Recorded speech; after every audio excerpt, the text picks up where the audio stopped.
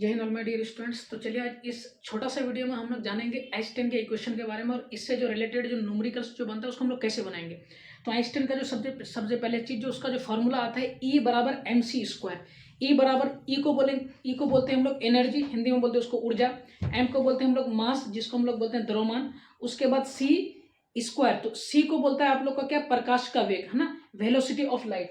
तो प्रकाश का C को हम लोग बोलेंगे क्या, प्रकाश का वेग। तो प्रकाश का वेग का जो है ना दो वैल्यू होता है, ठीक है।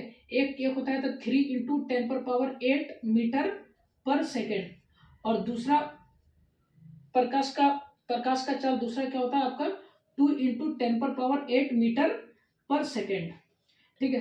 तो इसमें जो बोलेंगे तो ये जो आपका होगा ये एयर में होगा, ठीक है। एयर बोले तो आपका किसमें, हवा में होगा।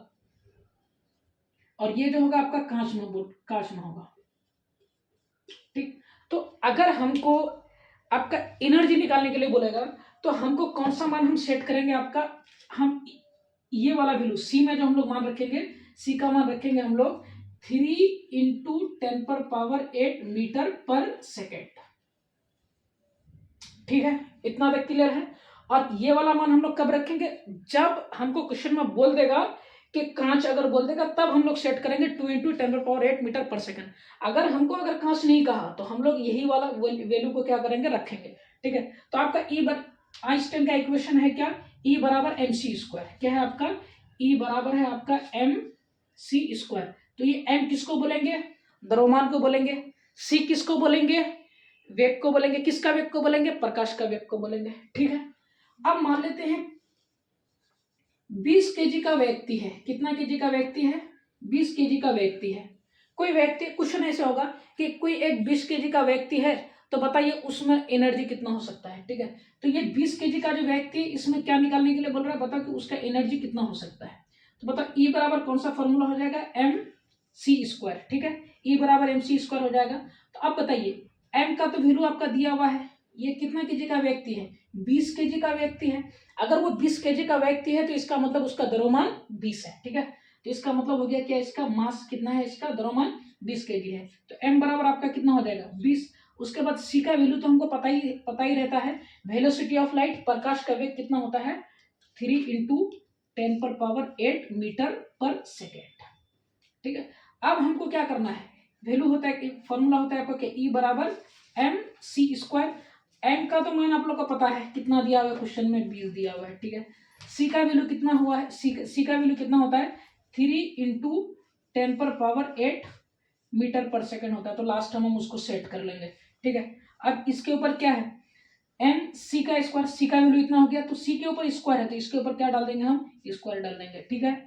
अब बताओ, अब हम इसको क्या कर लेंगे, इसको हम अरेंज कर लेंगे। तो E बराबर कितना हो जाएगा आपका, ये तो आपका हो गया 20, ठीक है।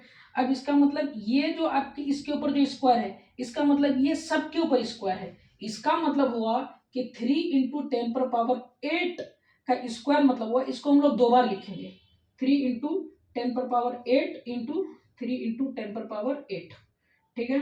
इसको दो बार लिख दिया हम। तो मतलब 3 को 3 के साथ गुना करेंगे कितना हो जाएगा 9। अब ये 10 पे पावर कितना है 8, और 10 पे पावर कितना है 8।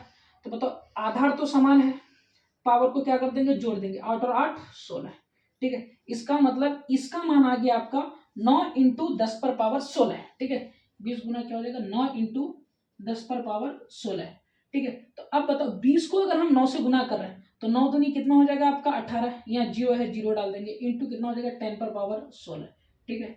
इसका एनर्जी निकल गया, और एनर्जी का यूनिट होता है आपका क्या, जूल, इसलिए इसका आंसर क्या हो जाएगा आपका, ठीक है। इतना तक क्लियर है। उसके बाद मैं आप लोग को और एक दो न्यूमेरिकल बना रहा हूँ। सोचा था कि ये 1 मिनट का वीडियो बनेगा, 1 मिनट का नहीं, इससे ज़्यादा बन जाएगा।